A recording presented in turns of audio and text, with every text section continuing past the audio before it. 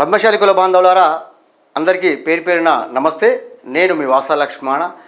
పద్మశాలిలు రాజ్యాధికారం అందుకోవాలంటే ఏం చేయాలి? పద్మశాలిలు రాజ్యాధికారం అందుకోవాలంటే ఏం చేయాలి? రాజకీయం చేయాలి. కానీ మనం రాజకీయం చేయడం లేదు. కాబట్టి రాజ్యాధికారం అందుకోవడం లేదు. ఏ పార్టీలో ఉంటే ఆ పార్టీకి నమ్మకంగా పనిచేస్తున్నాం, విధేయులుగా ఉంటున్నాం. ఆ పార్టీలు పద్మశాలి సమాజాన్ని మోసం చేస్తున్నాయి, నమ్మక ద్రోహం చేస్తున్నాయి పద్మశాలి సమాజాన్ని. కాబట్టి ఇప్పుడు మున్సిపల్ ఎన్నికలు కూడా ఉన్నాయి. కాబట్టి నేను ప్రతి పద్మశాలి మిత్రునికి స్పష్టంగా చెప్తున్నా, ఈ విషయం ప్రతి ఒక్కరు గుర్తుపెట్టుకోండి దయచేసి. పద్మశాలులు రాజ్యాధికారం అందుకోవాలంటే ఫస్ట్ పద్మశాలి చేయాల్సింది ఓటు చైతన్యము. మనం ఓటు వానికి వీనికి ఓటేస్తున్నాం, పద్మశాలకు రాజ్యాధికారం రావాలంటున్నాం, ఎట్లా వస్తుంది?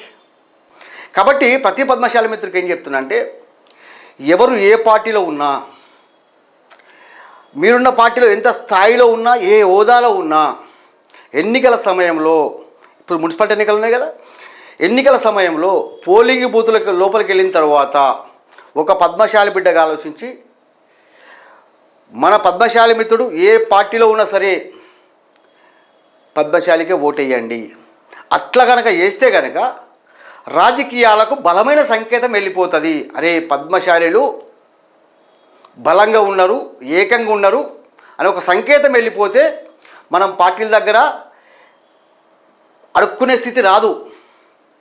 మన ఓట్లు మనం వేసుకుంటలేం. కాబట్టే రాజకీయ పార్టీల దగ్గర మనము బానిసలుగా మిగిలిపోతున్నాం. మళ్ళీ చెప్తున్నా, దయచేసి చెప్తున్నా, ప్రతి పద్మశాలి మిత్రునికి మీ పద్మశాలి బిడ్డగా దండం పెట్టి